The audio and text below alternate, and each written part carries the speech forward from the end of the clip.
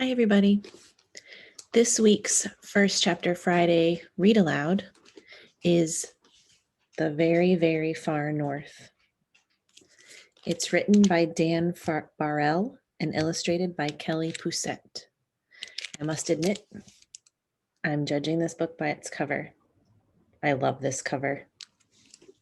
But I also love that under the title on the title page, the subtitle is A Story for Gentle Readers and Listeners.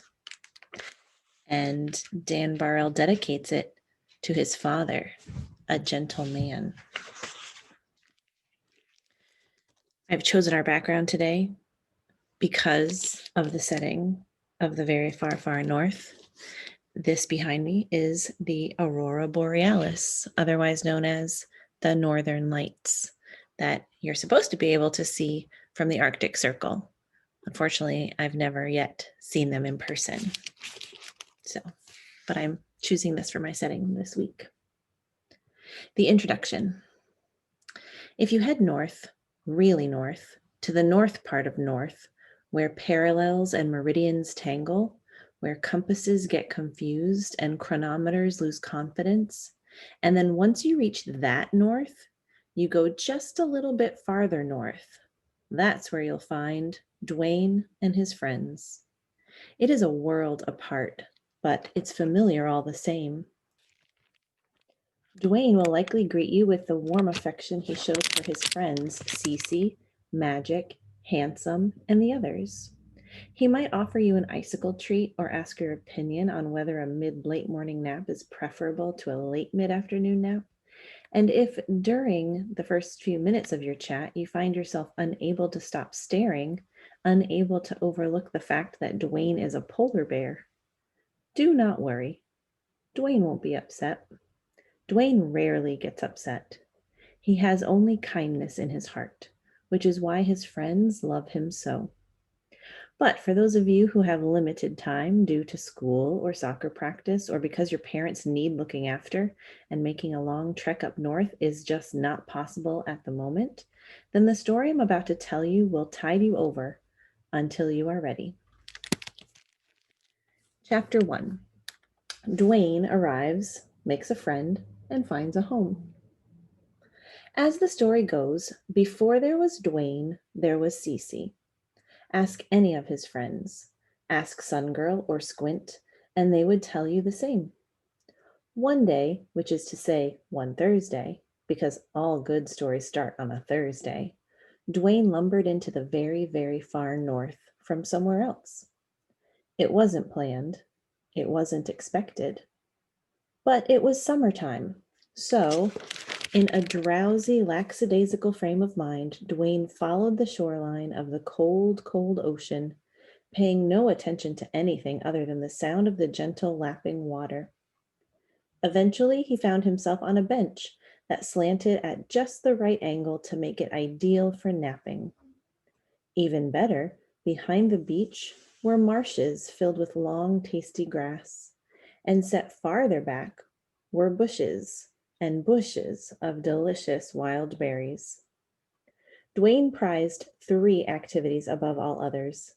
Since 2 of them happened to be napping and eating, he found this place to be more than agreeable. In fact, right then, a nap was insisting itself upon Dwayne, who yawned in complete agreement. But when Dwayne stretched himself on his back to warm his tummy in the summer sun at just the right angle, his eyes caught sight of something curious off the coast. It was a ship, or rather, it was a shipwreck.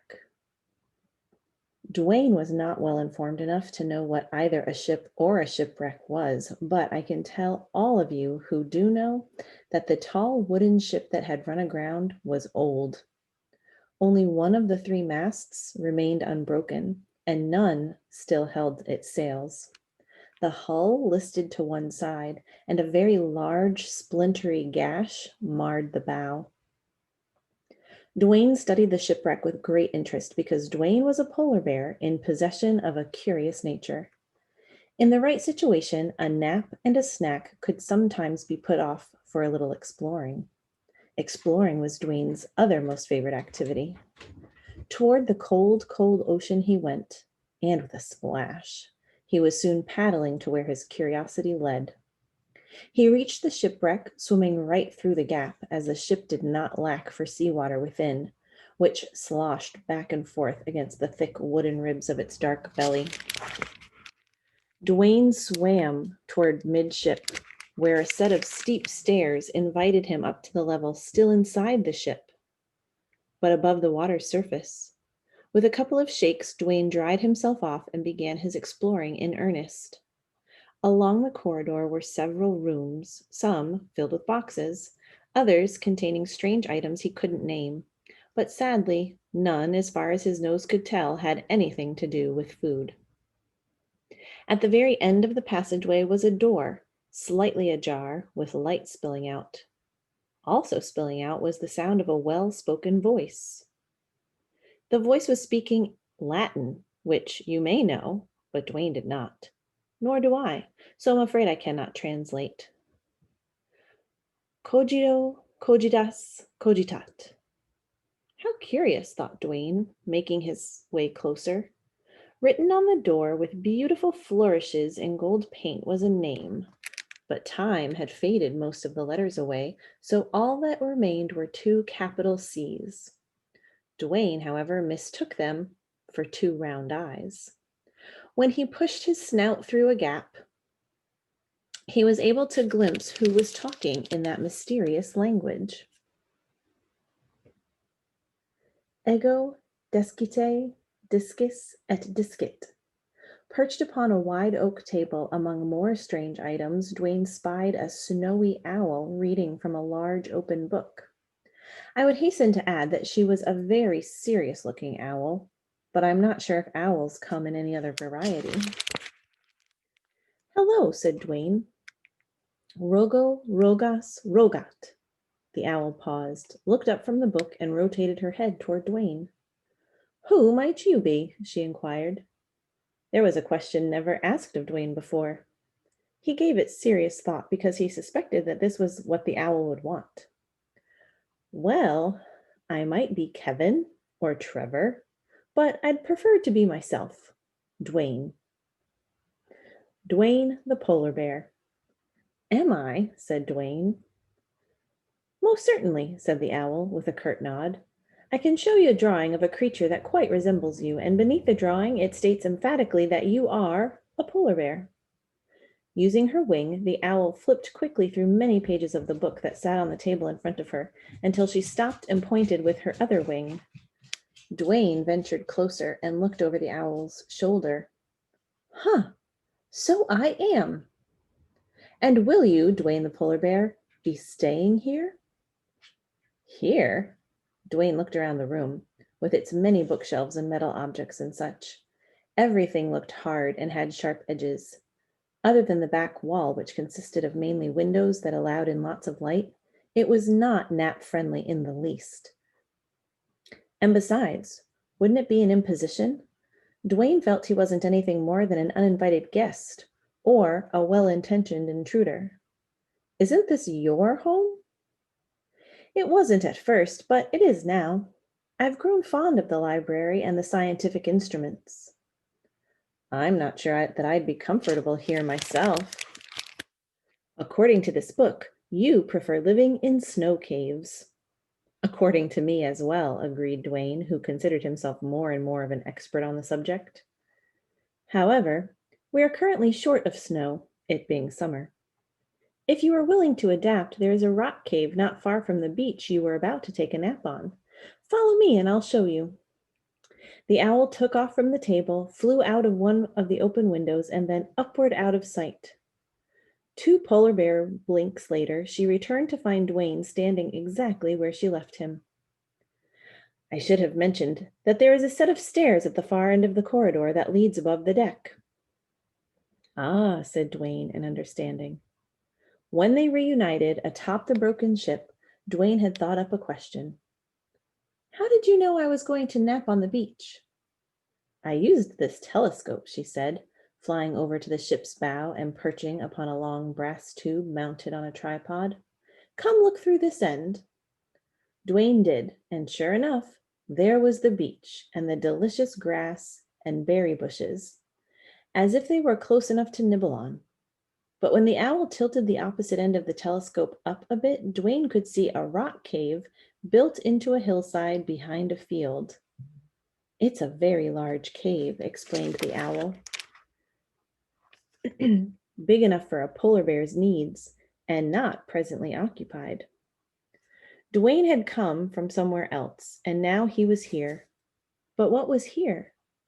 Here was an excellent cave, and here was a perfect beach, and here was a place with plenty to eat.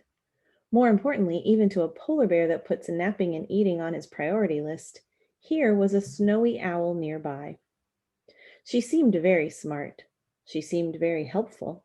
She seemed as if she could be a friend. I'll take it, said Dwayne, resolute. Thank you, Cece. The owl now seemed surprised and puzzled. She flew off the telescope and landed a few feet away upon the unbroken mast. Why did you call me Cece? It was on the door of your room. 2 big round eyes to see with. I assumed it was your name. What Dwayne did not know, but which I will tell you right now, is that before that moment, the owl had never been called Cece or CC.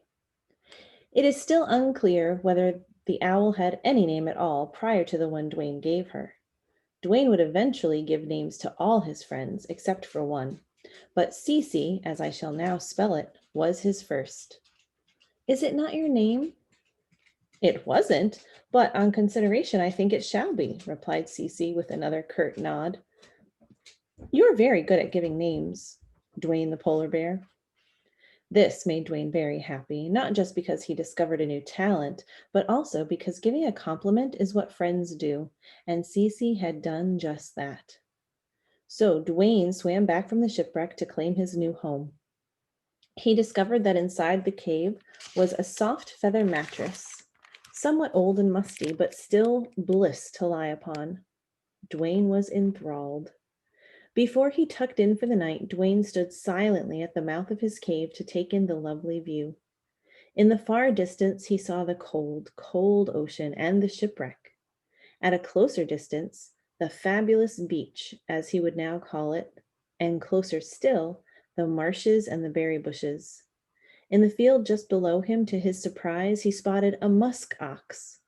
The musk ox was standing beside a pond, staring lovingly at his own reflection. Whether that musk ox had a name prior to when Dwayne came along is also up for debate. But for now, let us end this story with Dwayne drifting off to sleep on his soft feather mattress, wondering about that musk ox and hoping that they too might eventually become friends. And so that is the first chapter of The Very, Very Far North. What I'm already thinking is it reminds me a little bit of Winnie the Pooh, because Winnie the Pooh was a bear and he had a friend named Owl and had friends that were other animals. So I'm kind of seeing a similarity there. But I'm definitely loving the language so far, and I'm eager to find out who this next friend is that Dwayne meets. Right now, this book is available through our school library, so you can request a copy of The Very, Very Far North if you are interested in reading the physical copy of the book. And you can find out how to do that from our library website. I was also able to find it through Amazon, Google Play, and Apple Books. That is The Very, Very Far North. I hope that you get a chance to check it out and let me know how you like it. Enjoy, everybody.